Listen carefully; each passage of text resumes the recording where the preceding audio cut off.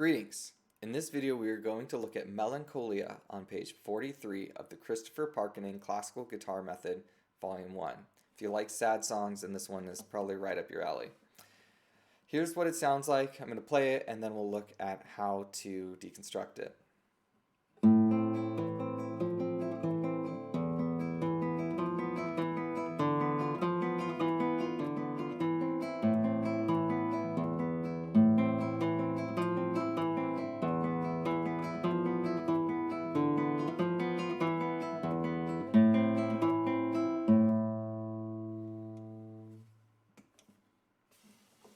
For this piece, what I would encourage you to do is start with the bass notes. So every 3 notes we have a bass note. You'll notice they're just significantly lower than the rest of the notes. It's basically where our melody is in this piece of music. So I'm going to go ahead and play part of it just so you can get a sense of what you're looking for.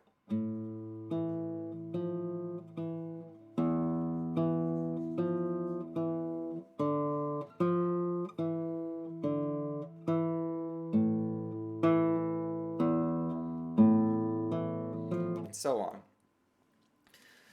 We want to emphasize those notes. They're at the beginning of every grouping, which usually means that they're rhythmically more important. And I would encourage you to treat it like a melody. I know it's somewhat patterned out for sections of this piece, but it really can flow beautifully. You can play with those timings and push them back and forth a little bit, and maybe rush this moment a little bit. And slow down.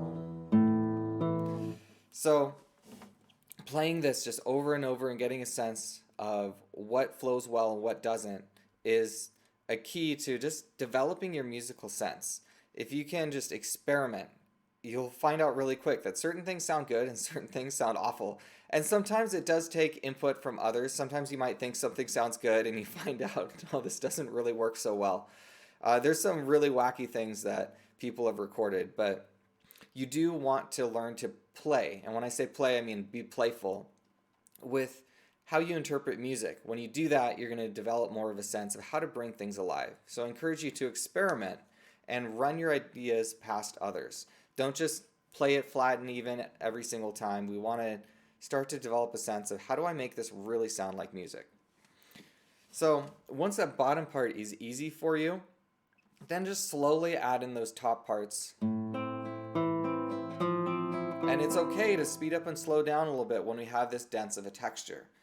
If the rhythm is too mechanical, it's going to sound like a machine. But if it's too free, we start to lose our sense of the rhythmic flow. There is a pattern, and when a piece of music has a consistent pattern, like for example triplets, if we distort the pattern too much, it fails to convey what it has the potential to convey. Every rhythmic grouping has a sort of feel behind it. And when we play it in such a way that that feel is maintained, it carries the expression of the piece. It's hard to articulate, but every series of notes has a sort of feel to them. And every rhythm has a sort of feel to it. And if we combine a certain group of notes with a certain rhythm, then we get kind of a combined feel. So you can see that with this situation, we have a very specific rhythm. And if we distort that rhythm, we lose the strength of that rhythm.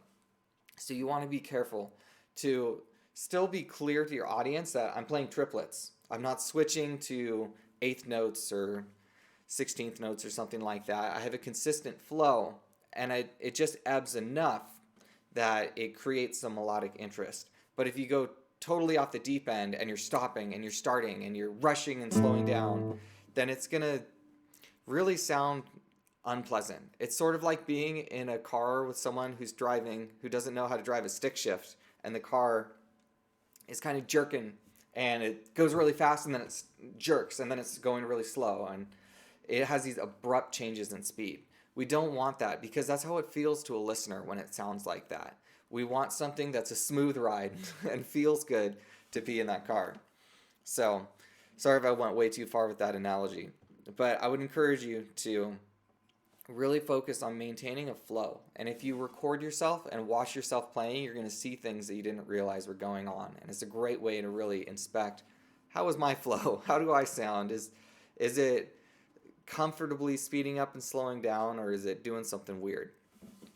This piece is a little tricky to read because there are some changes in there. For example, that last system, we have this F on the first two beats, but on the third and fourth beat, it switches to an E. And you tend to be looking at the bass notes because they're doing the most movement. Whoop, where am I? There it is. So we just have to make sure that we're watching out for those changes in the top notes. They can be a little sneaky, but if you catch it, it's just going to sound a lot nicer. So I encourage you to wrestle with this piece. It's a great one. It's well worth memorizing. It's nice just to know something like this, that you can just create some atmosphere if you're, at a Christmas party and want to play some music or something like that. So I encourage you to learn it. Thank you very much for watching. If you find these videos helpful and you would like to help others find them as well, I encourage you to like and subscribe. God bless.